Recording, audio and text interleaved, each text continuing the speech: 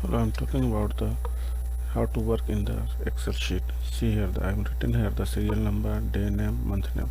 So you have write the 1, 2, 3, 4 like this. This is the serial number, and also you can generate like this. Select any three, and also select and right corner bottom and drag and see that it is continuously automatic. It will come.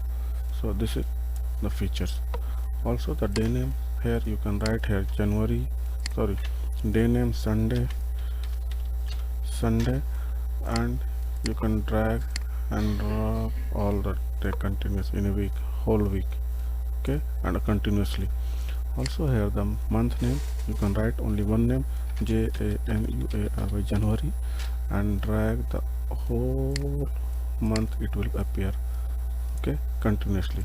This is also, see here the cell, this is the Wednesday not fully showing, so just go to the up and here double click, it will arrange by default. Okay, see, so this is for the automatically working in the sheet with the day name, month name, and the serial number. Okay, so this is features. Also I am written some things here like this I deleted, and also I select only two column and drag and drop, it will work like this continuously. Okay, so this is features. Okay, thank you.